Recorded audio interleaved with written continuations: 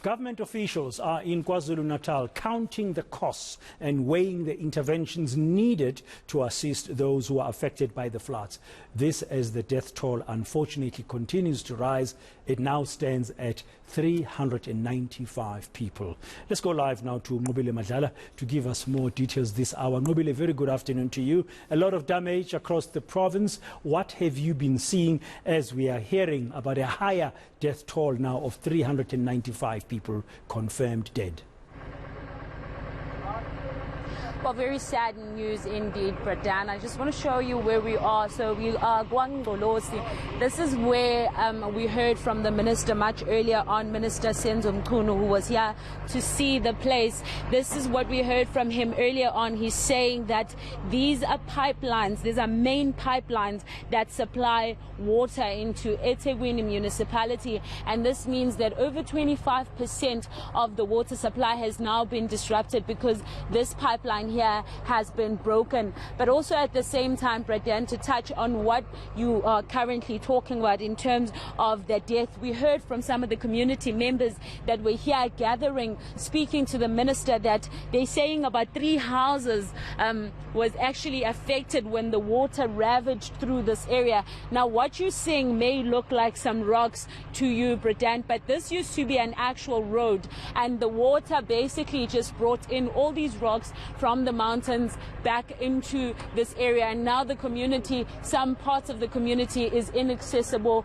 And some people were talking to the minister saying that not only are they worried that there are people that have lost their lives in this area, but also they're worried about the fact that they cannot access food, they cannot get to shops, and they can't water at the same time. Some of them have even opted to go into some of these pipes and get some water, to which the minister said it's very important that they now boil that water because it is not safe. But also they're worried about the fact that the power was also disrupted. As you can see, there's some of the people on the ground trying to fix the power as well. So electricity has also been disrupted.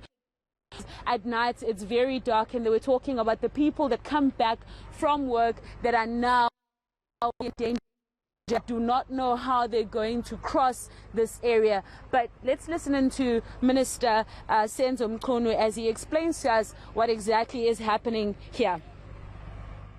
Not only is the road damaged with rolling stones that came down here, closed the road, but as far as water is concerned, we are just where the 2 main pipes that supply reservoir hills with water, which then ultimately supply the greater part of Durban.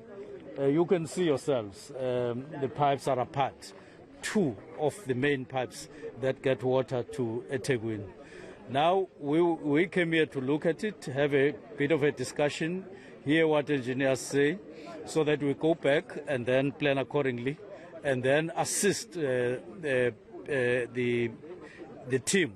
We have just established a war room so that we have a team of engineers and technicians who are going to work out a framework of immediately responding to this situation. We are putting in tanks jointly with the municipality, with the entity, and next it would be to connect pipes that will get water to people, those that are easy to do, quick to do, within a few days, if not a few hours. Then we'll start the process of recovery of water in our main pipes and rebuilding the whole system again.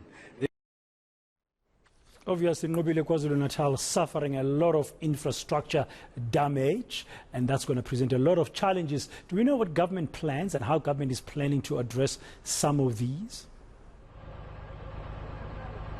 Well, Bradan, I think one of the concerning things that came out of from the minister, he was saying that the infrastructure in itself is at this point in question. He's saying that they are going to be looking into the maintenance. Now, you remember a lot of people started complaining. You'll remember on social media, different forms of platform talking about the fact that there's been a maintenance issue in Kwa Zulu-Natal, and that's what needs to also be looked at. So the minister is saying that they need to look at that quite keenly, and also saying that there was a report that they had received from eThekwini at some point, and he's saying that that needs to now be revisited as they look deeply into what is it that has exactly brought the province into this problem, because not only was it a natural disaster, but there were certain areas that they feel that some things could have been prevented. Hence that war room that he speaks of, that where they are going to be looking at engineers that are going to be looking deeply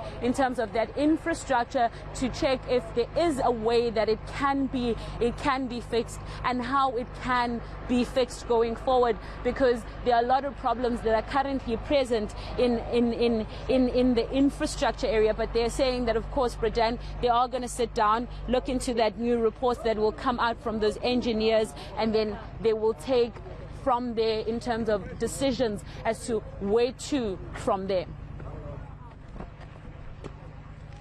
We're going to have a lot of intensive discussions with the eThekwini municipality, because even besides this, they were losing a lot of water, more than 40% of water, which is an indication clearly that their infrastructure underground is not up to scratch.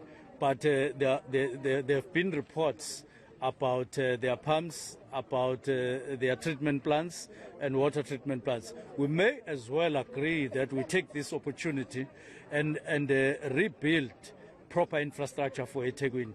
It will depend on the discussions, but in any case, we were coming to eThekwini because we came here last year in October. We got a report, but we were kind of very cool about it in terms of enthusiasm about it. It was not a report that was actually assuring that we have everything in place here in terms of the population and in terms of what our infrastructure can carry. We understand that the ministers who are on the ground in KZN might be holding a briefing in about half an hour from now, and we hope to bring that live to you.